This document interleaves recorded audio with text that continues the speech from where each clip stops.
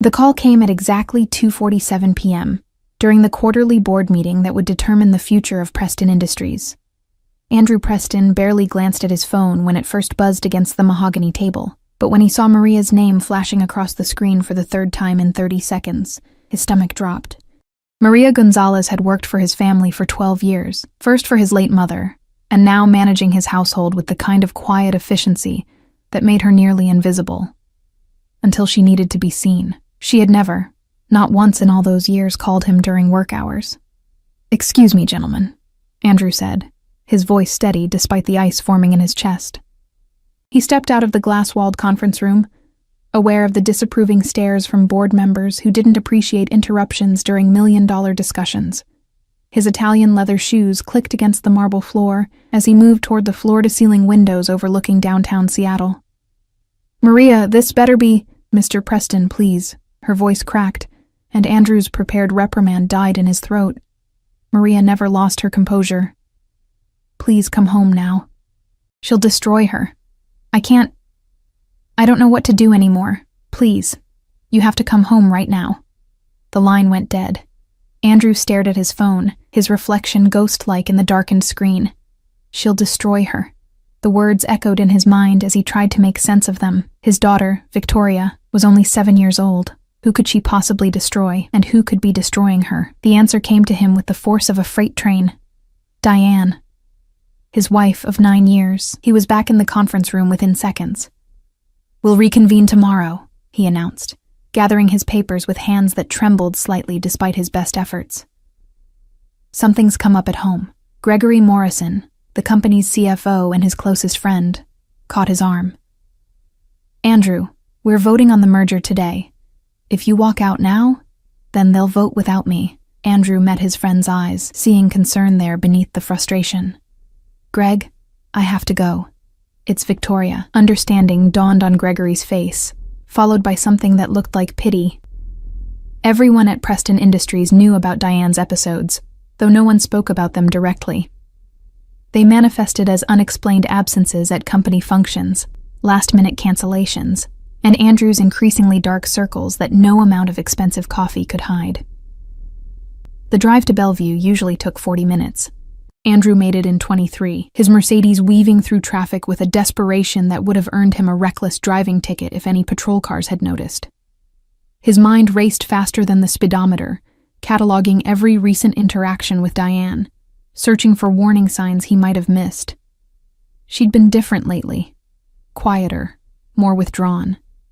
He'd attributed it to the medication changes her psychiatrist had recommended last month. Dr.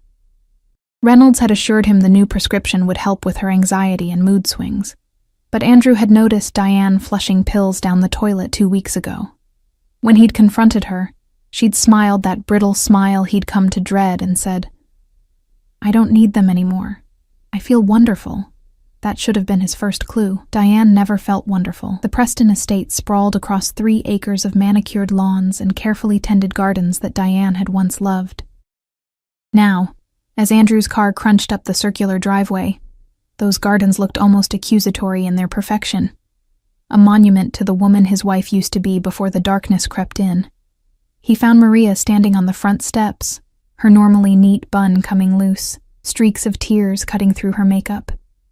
She was gripping her rosary beads so tightly her knuckles had gone white. "Where are they?" Andrew demanded, already moving past her. "The playroom. Mr. Preston, I tried to stop her, but she locked the door and—" Maria's voice broke entirely. "I heard Victoria crying, and Mrs. Preston was screaming things, terrible things, and I couldn't—" Andrew was already running. The playroom was on the 2nd floor, a converted bedroom that his mother had designed specifically for Victoria. It had princess murals on the walls, shelves overflowing with books and toys, and a window seat where Victoria spent hours reading with the stuffed rabbit she'd named Mr. Humphrey. It was supposed to be her sanctuary. The door was indeed locked. Andrew could hear muffled sounds from inside. Not screaming anymore, but something worse. Singing.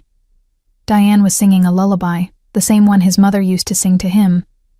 But the melody was wrong, discordant, like a music box winding down. "Diane."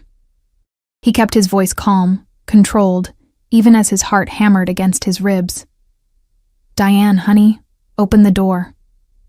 The singing stopped. "Go away, Andrew." Her voice was eerily cheerful. "Victoria and I are having a mother-daughter day. Isn't that nice? We should have more mother-daughter days. I've been a terrible mother, but I'm fixing that now. I'm fixing everything. I'd love to join you both. Please open the door." Silence. Then, "She doesn't love me, you know, your precious Victoria. She loves Maria more.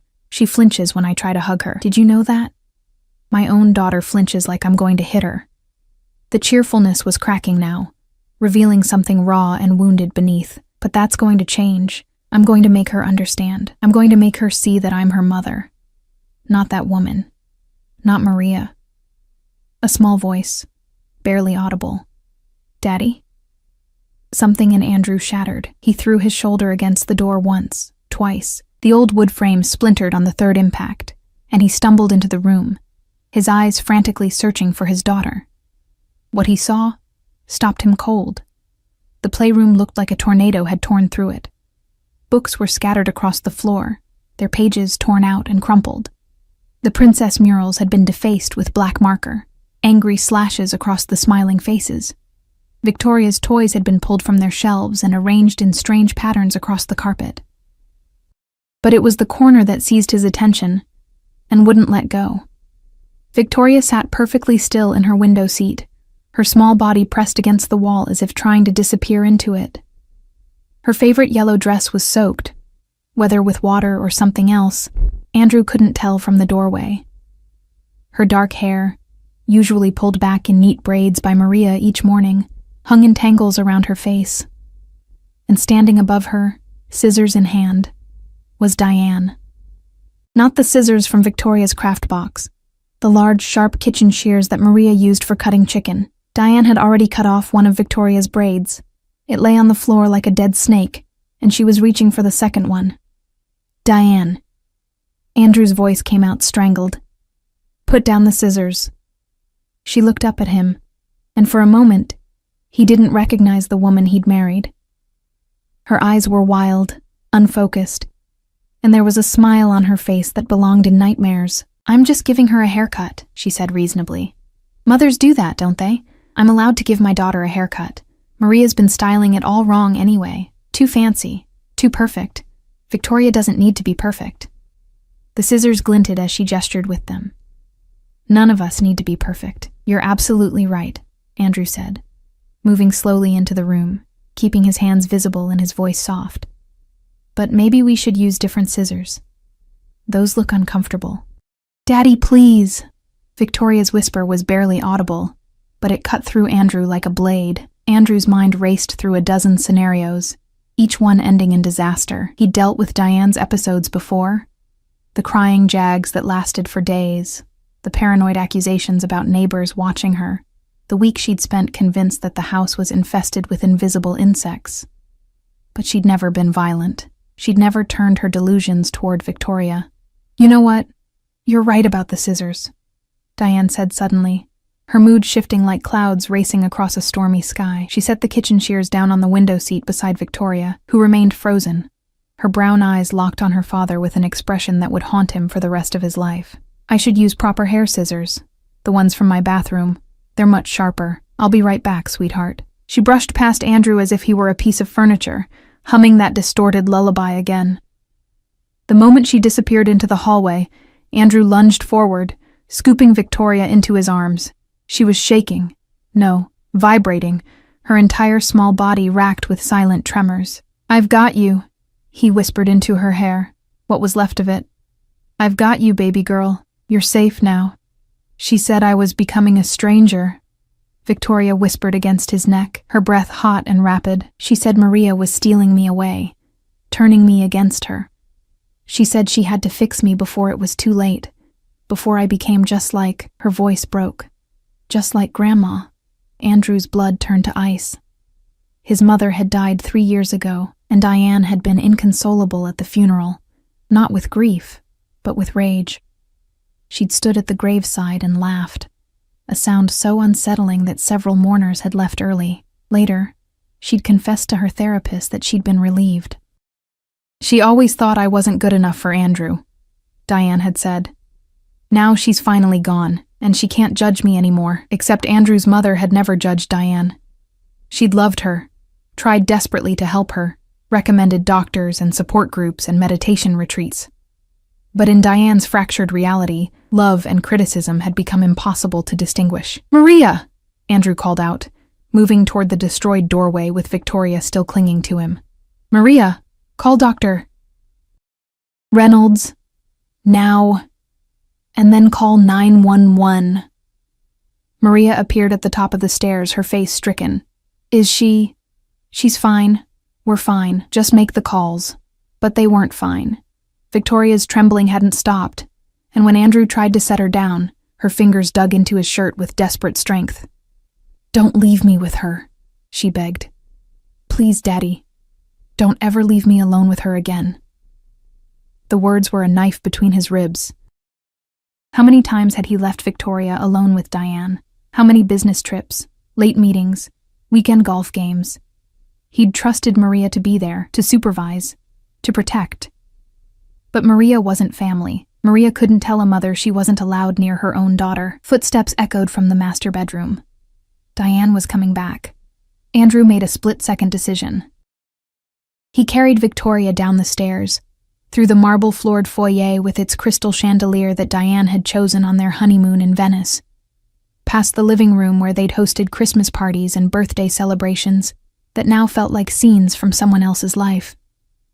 He didn't stop until they were outside, the afternoon sun warm on his face, the smell of cut grass and roses filling his lungs. He set Victoria down gently on the front steps, kneeling so they were eye level. "Listen to me very carefully," he said, gripping her small shoulders. "I need you to stay right here with Maria. Don't go back inside no matter what you hear. Can you do that for me?" Victoria nodded, but her eyes were dark with fear. "Where are you going?" "I have to talk to Mommy." "She's not Mommy anymore," Victoria said flatly. "Not really. She looks like Mommy, but something's wrong inside her. It's been wrong for a long time." The observation was too mature for a 7-year-old, too knowing. Andrew realized with a sick feeling that Victoria had been watching Diane deteriorate, cataloging the changes, living with a fear she'd never voiced, because children were supposed to love their mothers unconditionally. Maria emerged from the house, her phone pressed to her ear. "Dr. Reynolds is on his way," she said quietly. "The police are coming too, but I didn't tell them. I just said there was a medical emergency." Andrew nodded gratefully. The last thing they needed was squad cars with sirens blaring, turning their crisis into neighborhood gossip. He started back toward the house, then paused. "Maria, about what Diane said." "She's sick, Mr. Preston." Maria's voice was firm, despite the tears streaming down her face. "Sick people say things they don't mean. I know Victoria loves her mother, and I know Mrs. Diane loves Victoria, even if she can't show it right now." But Andrew wasn't sure that was true anymore. He'd seen Diane's eyes when she stood over their daughter with those scissors. There had been something cold there, calculating, not the eyes of a mother having a breakdown. The eyes of someone who'd made a decision and was following through. He found Diane in Victoria's playroom, sitting cross-legged on the floor amid the destruction, the hair scissors from her bathroom clutched in one hand. She was crying now, great heaving sobs that shook her whole body. "She's gone, isn't she?" Diane asked without looking up. "You took her away from me. You scared her, Di. You scared all of us. I just wanted to be a good mother." Her voice was small, broken. "That's all I've ever wanted, but I can't do it. There's something broken inside me, Andrew. Something that's been broken since I was a child. And I thought having Victoria would fix it. That loving her would be enough. But it's not. It's never enough." Andrew sat down across from her, keeping a careful distance. "Then we get you help. Real help. Not just pills and therapy sessions. There are facilities where they lock you up and throw away the key." Diane laughed bitterly. "I'm not stupid, Andrew. I know what inpatient treatment means. I know what happens to women like me. Women like you get better. They learn to manage their illness. They come home to their families. Do they?" Diane finally looked at him, and her eyes were clearer now, more focused. "Or do their husbands leave them? Do their children grow up afraid of them?" Do they become cautionary tales whispered about at PTA meetings? Andrew had no answer for that because he didn't know. He'd been Googling her symptoms late at night for months now. Bipolar disorder, borderline personality disorder, postpartum psychosis that had never quite resolved. The internet offered plenty of clinical descriptions, but no roadmap for what came next. "I love you," he said finally, and was surprised to find he meant it. Somewhere beneath the chaos and fear, he still loved the woman he'd married. The one who'd laughed at his terrible jokes and cried during insurance commercials and planted a garden full of Victoria's favorite flowers. "But you love her more," Diane said softly, "as you should. She's your daughter. She's innocent and perfect and everything I'm not." She looked down at the scissors in her hand, as if seeing them for the first time. "I wouldn't have hurt her, you know. I needed her to see me, really see me, to understand that I'm her mother, that I'm important, that I matter." "You do matter. Then why does she flinch when I touch her?" The question hung in the air between them, unanswerable and damning. Because somewhere in the last few years, Diane had stopped being a mother and become something else, a source of anxiety, unpredictability, fear. And Victoria, young as she was, had learned to protect herself the only way she knew how: by pulling away. Sirens wailed in the distance, growing closer. Dr. Reynolds arrived before the ambulance, his silver BMW skidding slightly on the gravel driveway. He was a thin man in his early 60s, with kind eyes behind wire-rimmed glasses, and he'd been Diane's psychiatrist for the past 4 years. Andrew had always appreciated his calm demeanor, the way he never seemed rattled no matter what Diane's latest crisis entailed. But today, when Dr. Reynolds entered the playroom and saw Diane sitting amid the wreckage, scissors still in hand, something flickered across his face, concern mixed with resignation, as if he'd been expecting this call for months. "Diane," he said gently, settling onto the floor a few feet away from her. "I'm glad you're safe. Can you tell me what happened today?" "I cut my daughter's hair," Diane said simply. "Mothers do that." "They do," Dr. Reynolds agreed. "But Andrew tells me Victoria seemed frightened. Do you remember why?" Diane's face crumpled. "Because I'm a monster. Because I can't control what's happening in my head anymore. The thoughts come so fast, doctor, like a radio stuck between stations, static and voices and music all at once. I can't turn it off. Have you been taking your medication?" The pause was answer enough. Dr. Reynolds sighed deeply, the sound of a man who'd fought this battle too many times before. "How long?" 6 weeks. Maybe 7. Diane twisted the scissors in her hands, watching the light catch the blades. "They made me feel numb, like I was watching my life through dirty glass. I thought I could manage without them. I thought I was getting better. Diane, we've discussed this. You have a chemical imbalance. It's not something you can will away or manage through positive thinking. It's like a diabetic stopping insulin. Then maybe I'm not supposed to be fixed," Diane said, her voice rising. "Maybe this is just who I am, broken and wrong and toxic to everyone around me. Maybe Victoria would be better off if—" "Stop." Andrew's voice cut through the room like a whip. "Don't you dare finish that sentence." But the damage was done. The thought had been voiced, given shape and weight. Diane had thought about leaving, permanently, and from the lack of surprise on Dr. Reynolds's face, this wasn't the first time she'd expressed such ideas. The ambulance arrived with no sirens, just flashing lights that painted the walls in rotating shades of red and blue. 2 paramedics entered with a stretcher, and kind smiles that didn't quite reach their eyes. They'd done this before too, Andrew realized. They'd collected broken people from beautiful houses and transported them to places where the walls were padded and the windows didn't open. "I don't want to go," Diane said suddenly, panic creeping into her voice. "Andrew, please, don't make me go. I'll take the pills. I'll do better. I'll be better." "I know you will," Andrew said. And he was crying now, hot tears he couldn't control. "But you need help to get there, real help, the kind I can't give you." Dr. Reynolds was explaining something about a 72-hour hold, voluntary versus involuntary commitment, treatment plans, and family therapy. Andrew heard the words but couldn't make them form coherent meaning. All he could focus on was Diane's face as the paramedics helped her onto the stretcher.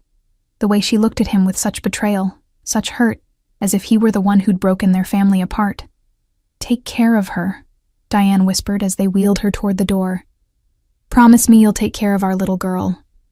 "I promise." And then she was gone, loaded into the ambulance that pulled away with the same eerie silence it had arrived with, taking his wife to a psychiatric facility 30 miles away where she'd be evaluated, medicated, and kept away from sharp objects. Andrew stood in the driveway long after the ambulance disappeared, his mind blank and buzzing simultaneously. He didn't move until he felt a small hand slip into his. "Is Mommy coming back?" Victoria asked. "Eventually, when she's feeling better." "What if she doesn't get better?" Andrew knelt down, looking into his daughter's face, really looking, perhaps for the first time in months. She seemed older somehow, as if the events of the afternoon had aged her beyond her 7 years. There were dark circles under her eyes that he'd never noticed before. How long had she been carrying this fear? "Then we'll figure it out together," he said. "You and me. No matter what happens, you're safe. I'm going to make sure you're always safe." Victoria nodded slowly, then wrapped her arms around his neck. "I miss the old mommy," she whispered. "The one who used to read me stories and make funny voices for all the characters. Do you think she's still in there somewhere?" "I hope so, baby. I really hope so." Maria appeared in the doorway, her face composed now, the professional mask back in place. "Mr. Preston, I've prepared dinner, and I think Victoria might need a bath and some rest." "Thank you, Maria." Andrew stood, lifting Victoria into his arms, even though she was getting too big to be carried. "Actually, could you do me a favor? Could you take a few days off? Paid, of course. I think Victoria and I need some time together." Surprise flashed across Maria's face, followed by understanding. "Of course. But if you need anything, I'll call. I promise." After Maria left, Andrew carried Victoria upstairs to the bathroom, where he ran a warm bath with her favorite bubble solution, the one that smelled like strawberries and turned the water pink. He sat on the closed toilet lid while she played with her toy boats, neither of them speaking, just existing in the same space. It was Victoria who finally broke the silence. "Daddy, can I ask you something?" "Anything." "Why didn't you notice that Mommy was getting worse?" The question was a punch to the gut. Because she was right. He hadn't noticed, or hadn't wanted to notice. He'd been so consumed with work, with the merger, with maintaining the perfect image of the successful CEO with the beautiful family and the mansion in Bellevue. He'd seen the signs, the pills in the toilet, Diane's mood swings, the way Victoria had started spending more and more time with Maria, but he'd convinced himself it was manageable. That if he just worked hard enough, made enough money, provided enough stability, everything would somehow balance out. "Because I was scared," he admitted. "And when people are scared, sometimes they pretend everything's fine until it can't be ignored anymore. That was wrong of me. I should have protected you better." Victoria considered this, swirling the pink water with her hand. "Mrs. Chen at school says her mommy has depression. She takes medicine for it and sees a doctor. And Mrs. Chen says it's okay to talk about it, that it's like having diabetes or asthma or any other sickness." Mrs. Chen is right. "So Mommy's not bad. She's just sick." "Exactly." But even as Andrew said it, he wondered if it was that simple. Illness explained the chemical imbalance, the mood swings, the paranoia. But did it explain the coldness he'd seen in Diane's eyes today, the calculation? Or was that something else, something darker that had nothing to do with neurotransmitters and everything to do with a fundamental break in the person his wife used to be? His phone buzzed. A text from Gregory. "Board voted on the merger. Passed 7-2. Your absence noted. We need to talk." Andrew deleted the message without responding. For the first time in his adult life, Preston Industries felt completely irrelevant. That night, after Victoria fell asleep in his bed, she'd refused to stay in her own room, and Andrew couldn't blame her. He walked through the house, really seeing it for the first time in years. This mansion that Diane had decorated so carefully, choosing every paint color and light fixture and piece of furniture. Had she been happy here, or had this beautiful cage been part of what broke her? He ended up in her art studio, a converted sunroom at the back of the house that overlooked the gardens. Diane had been a painter when they met. Talented, passionate, with gallery shows and critical acclaim. But marriage and motherhood had consumed those hours, and the studio had gradually filled with dust and abandoned canvases. Andrew flipped through the stacked paintings, and his breath caught. They were all of Victoria, dozens of portraits painted over the years, charting her growth from infant to toddler to the little girl she was now. But there was something wrong with them. In every painting, Victoria's eyes were blank, not captured mid-blink, but deliberately painted as empty white ovals, like a doll's eyes. And in the corner of each canvas, barely visible, Diane had written the same phrase over and over. "She doesn't see me." 3 months passed like a strange dream. Diane remained at Willowbrook Psychiatric Hospital, where Dr. Reynolds and his team worked to find the right combination of medications to stabilize her. Andrew visited twice a week, sitting in the sterile common room, while his wife talked about group therapy sessions and art projects and the breakthrough she'd had about her childhood trauma. She seemed better, calmer, more present, but there was a flatness to her now that frightened him more than the chaos had. Victoria refused to visit. Andrew didn't push. Preston Industries survived the merger, though Andrew's reputation took a hit. Whispers circulated through the executive floors about his family situation, the polite corporate euphemism for scandal. 2 board members suggested he take a leave of absence to focus on personal matters, which really meant they wanted him gone before his wife's breakdown became public knowledge and affected stock prices. Gregory was the only one who stood by him. "They're vultures," he'd said over whiskey one night in Andrew's study. "Let them circle. You built this company from nothing after your father died. They'll remember that when the gossip dies down." But Andrew found he didn't care as much as he should. His entire value system had shifted that afternoon when he'd broken down Victoria's door. The quarterly reports and market projections that once consumed his every waking thought now seemed abstract, meaningless. What good was building an empire if you lost your family in the process? He'd hired a different kind of help after Maria, a child psychologist named Dr. Patricia Moore, who came to the house 3 times a week to work with Victoria.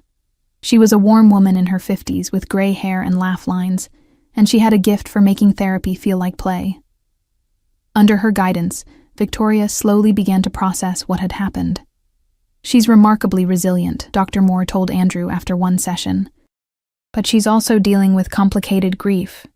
She's mourning the mother she thought she had while simultaneously feeling guilty for being afraid of her. That's a heavy burden for a 7-year-old.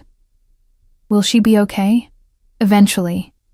Children are adaptable, but she'll need consistency, stability, and most importantly, she'll need you to be present. Not just physically in the house, but emotionally available." Andrew took that advice to heart. He started leaving work at 5 o'clock sharp, ignoring the raised eyebrows from colleagues who'd grown accustomed to his 12-hour days.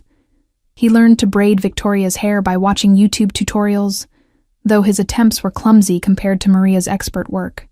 He cooked dinners that were often burned or under-seasoned, read bedtime stories with different voices for each character, and sat through endless episodes of Victoria's favorite cartoons without checking his phone once. They developed new routines, new rhythms. Saturday mornings were for pancakes and the farmer's market, Sunday afternoons for the zoo or the children's museum, weeknight evenings for homework, help, and board games. Slowly, Victoria's nightmares decreased. Her laughter returned. She stopped flinching at sudden movements. But she still asked about Diane. "When is Mommy coming home?" Andrew never knew how to answer that question. The decision came on a rainy October afternoon when Dr. Reynolds called him into his office at Willowbrook. Diane was there too, sitting in a chair by the window, watching the rain streak down the glass. She looked healthier than she had in years. Her hair was styled, her clothes clean and pressed, her eyes clear and focused. "We've made significant progress," Dr. Reynolds began. "Diane has been compliant with her medication regimen. She's engaged meaningfully in therapy, and she's demonstrated genuine insight into her condition. I believe she's ready for supervised home visits." Andrew's heart clenched. Supervised. Initially, yes. Short visits, a few hours at a time, with you or another trusted adult present. If those go well, we can gradually increase the duration and frequency. He looked at Diane, trying to read her expression. "How do you feel about that?" "Terrified," she admitted. What if I relapse? What if I say or do something that scares Victoria again? What if I'm never able to be the mother she deserves? Those are valid fears, Dr. Reynolds said. But they're also signs of health. The Diane who was brought here 3 months ago didn't have that level of self-awareness. She didn't understand how her actions affected others. You've done the hard work of facing your illness, accepting it, learning to manage it. That takes courage. I've been painting again, Diane said softly, turning to Andrew. Dr. Reynolds suggested art therapy, and I've been working through a lot of things. Would you like to see? She led him to her room, a small, sparse space with a narrow bed and a desk. The walls were covered with paintings, but these were different from the disturbing portraits in her studio at home. These showed Victoria playing in the garden, reading books, laughing with Maria. And in every single painting, Victoria's eyes were fully rendered, bright, alive, seeing. I understand now, Diane said. It wasn't that Victoria didn't see me. It was that I couldn't see her. I was so consumed by my own pain, my own need to be loved and validated, that I turned my daughter into a mirror. When she didn't reflect back what I needed, I thought she was rejecting me. But she was just being herself, a little girl who needed a mother, not someone who needed to be her mother's therapist. Andrew felt tears burning his eyes. I'm not asking for forgiveness, she continued. I don't deserve it, not yet. Maybe not ever, but I am asking for a chance. One supervised visit, 1 hour with Victoria where I can apologize to her properly. Not as a sick person making excuses, but as her mother taking responsibility. She deserves that much. The visit was scheduled for the following Saturday. Andrew prepared Victoria carefully, explaining that Mommy was feeling much better and wanted to see her, but that Daddy would be right there the entire time, and they could stop whenever Victoria wanted. Will she have scissors? Victoria asked. No, sweetheart, no scissors. Diane arrived at noon, driven by a Willowbrook staff member who would wait in the car. She stood on the front steps of the house she'd once called home, looking smaller somehow, diminished. When Victoria appeared in the doorway, both of them froze. Hi, baby, Diane said, her voice wavering. Hi, Mommy. They moved to the living room, sitting on opposite ends of the couch with Andrew in a chair nearby. For several minutes, no one spoke. Then Diane reached into her bag and pulled out a small wrapped package. I made this for you, she said. In art therapy. Victoria unwrapped it carefully. Inside was a small painting, no bigger than a book, a portrait of mother and daughter holding hands in a garden full of flowers. Both figures were smiling, and both had eyes that sparkled with life. It's how I want us to be, Diane explained. Someday, if you'll let me try. Victoria studied the painting for a long moment. It's beautiful, she said finally. Can you teach me to paint like that? I'd love to. They talked for an hour, tentatively at first, then with growing ease. Diane asked about school, about Victoria's favorite books, about the new hamster Andrew had let her adopt from the pet store. She didn't try to hug Victoria or touch her. She didn't make promises she couldn't keep. She just listened, really listened, in a way she perhaps never had before. When the Willowbrook driver knocked on the door to signal it was time to leave, Victoria did something Andrew hadn't expected. She stood up, walked over to Diane and said, Will you come back next week? If you want me to. I do. And Mommy? Victoria paused. I'm sorry I made you feel invisible. Diane's face crumpled. Oh, sweetheart, no. You didn't make me feel anything. That was my sickness, not you. Never you. You are perfect exactly as you are. They hugged then, brief and awkward, but genuine. And when Diane left, Andrew saw something in her eyes he hadn't seen in years. Hope. The supervised visits continued weekly, then twice weekly. Diane attended Victoria's school play, sitting in the back row and crying quietly through the entire performance. She came to birthday parties and Sunday dinners, always leaving before her allotted time was up, never pushing for more than Victoria was ready to give. 6 months after that first visit, Dr. Reynolds declared Diane stable enough for unsupervised day visits. 9 months in, she moved into a small apartment near the hospital. Not home, but close enough to be part of their lives. Andrew and Diane never discussed reconciliation. Their marriage had been built on a foundation that couldn't support the weight of her illness and his neglect. They both understood that some things, once broken, couldn't be fully repaired, only rebuilt into something different. But they were learning to be partners in parenthood, if not in life. They attended Victoria's school conferences together, split holidays amicably, and communicated openly about Diane's treatment plan. Diane never missed a medication dose. She kept every therapy appointment. She built a life that was smaller than before, but more authentic, teaching art classes at a community center, volunteering at an animal shelter, slowly reconstructing an identity separate from wife and mother. Victoria thrived. She made friends, excelled in school, and developed a love of painting under Diane's careful tutelage. The nightmares stopped entirely.